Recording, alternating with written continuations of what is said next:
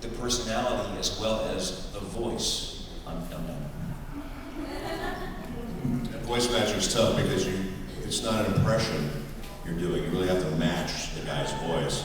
I do a lot of that too, a lot of voice matching in film. I just did Frank Langella in a film and voice matched him, and it's tough. It is tough. Bob's right, because you really have to. It's got to sound like them. You know, it can't sound like an impersonation, and it's got to be seamless, so that someone's listening to it can't hear that. Oh, wait a minute, that's him and that's somebody else. And a lot of times you see on TV where they do a bad job of it, and it sticks out like a sore thumb, and you don't want that. You know, you want it to be seamless, so they don't know where you injected the line or not. So it's fun though. It's a lot of fun. How important is it to live in Los Angeles versus a city like Atlanta to work in animation regularly? If you want to be a big animation star, I think you should stay in Atlanta. No. Really? I'm lying to you. No, we get asked that a lot. You know, basically the answer is if you really want to get involved in this stuff, you kind of have to go where the action is. You know, you can stay in Atlanta and do commercials and do a lot of stuff, you know, over the internet and MP3 stuff, but to really get in and do what you want to do, you gotta go to the other place. I've got a quick story. Can you guys indulge me? I got a funny story I want to share with you guys. I was brought in to do Kingdom Hearts. I don't know if you know that game or not. There's 2 or 3 of you that have played it, I guess. I play Ansem in that game. Anyway, they brought me in. I replaced Billy Zane, who did it originally, and I don't know why he didn't do the second game. Maybe he was out of town or wanted more money, or I don't know, unavailable, or a variety of reasons. But I got cast to do that part, and I was, you know, thrilled to do that. It's a great game. It's got every star in Hollywood is in this game. So I went in there, and the first thing I go in there, I'm recording, I'm in the booth, and there's like 10 guys in the booth. There's 5 guys from Disney and 5 Japanese clients in there. And I would do a line, and the engineer would come on the talkback and say, just a minute, and they would talk for like 5 minutes, and then they'd come back and say, can you do that line slower? And I'd do the line slower, and they go, just a minute, and they would talk for another 10 minutes. Can you do that faster? And this like went on all day long. So finally I grabbed the engineer and I said, how did Christopher Lee put up with that? And he said, they did it to him once, and he said, all right, I'm going to tell you how we're going to do this. I'm going to read this from the top to the bottom, and then I'm going home. How cool is that? That's how you get it. Yeah, when I had clients in doing ADR for the American film industry, everybody does it differently. Pat Hingle, bless his heart, he was just late great Pat Hingle. I've worked with an awful lot, and he's from the old school. He'll come in and he'll look at the screen and he'll watch it once, and he'll say, "Okay, we're going to do this 3 times in a row. Then I'm going to give you another 3 times in a row, wild, not lip syncing, and then we're going to move on." And I go, great. And he watches it, he shuts his eyes, listens to it again, keeps his eyes shut, and waits for the beeps. And it's dead on. I just send all of it because I can't pick it. Well, everybody works differently.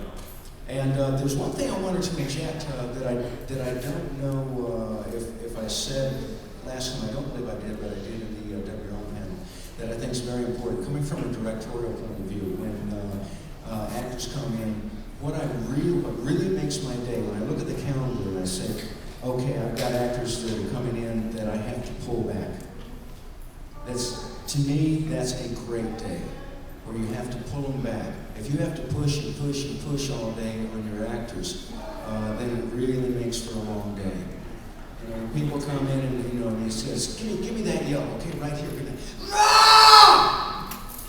You know, and they go, ah. Okay, more. Much more. Okay, much more. Right? Well, there's people like, for instance, Rick Forrester that was in yesterday. He's one that I constantly, from the second he walks in, I have to pull him back, and pull him back all day long. And it's wonderful. because I know that he's got so much in there that you can tap into. You can just, you say, after a while, you go, okay, Rick, this was yours. What do you want to do with it? And it's usually a dead-on keeper. So anyway, if you ever get in front of the microphone, your first audition, all like that, keep that in mind. It's very, very important for the director. And you don't want to go overboard, but you definitely want to have some kind of ceiling that you can present and don't want him to push you 2 or 3 times in a row. I will tell you guys that the biggest mistake you'll make as an actor, no matter what you're doing, is not committing. If you go in there trying to please them, you're always going to be in your head. Without being cocky about it, you go in there and you own that space, whether it's an audition or a performance you're being paid for. And be available to their direction. You got to be bendable. But a confident actor invites them to the party. The party is the job. It's an audition. You want the party to be the booking. If you don't get the job and you're a brilliant actor, today's audition is an insurance policy for another audition. There's a lot of reasons why we don't get cast. Quite often it's because the toy company, the studio, the network picked somebody else. But that director, that casting director, if you're brilliant, they're going to bring you in again. Commit to your choices. There's a disease called in-the-car syndrome when you're driving away going, whatever I should have done, blah, blah, blah. Yeah, you should. Why didn't you? Because you were trying to please them and hold you back. Just commit. And you got to be willing to look like a jerk. Trust me, we look like silly people when we work. But silly people get paid a lot of money.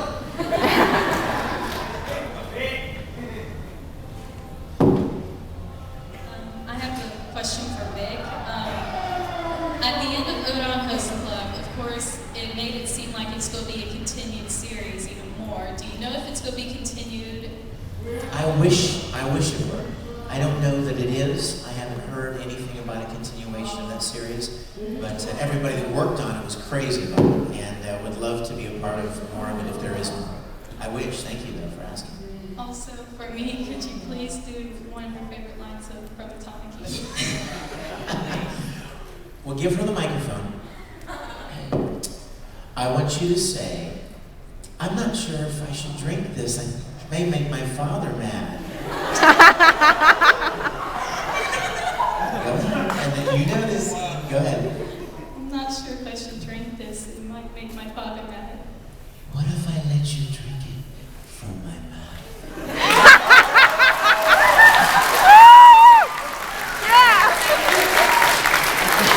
Well, you have to say, but I won't drink it. Drink it! Happily. Thank you, sweetie. Next question. Am I the only one that wants to take a shower after that? I need a squeegee!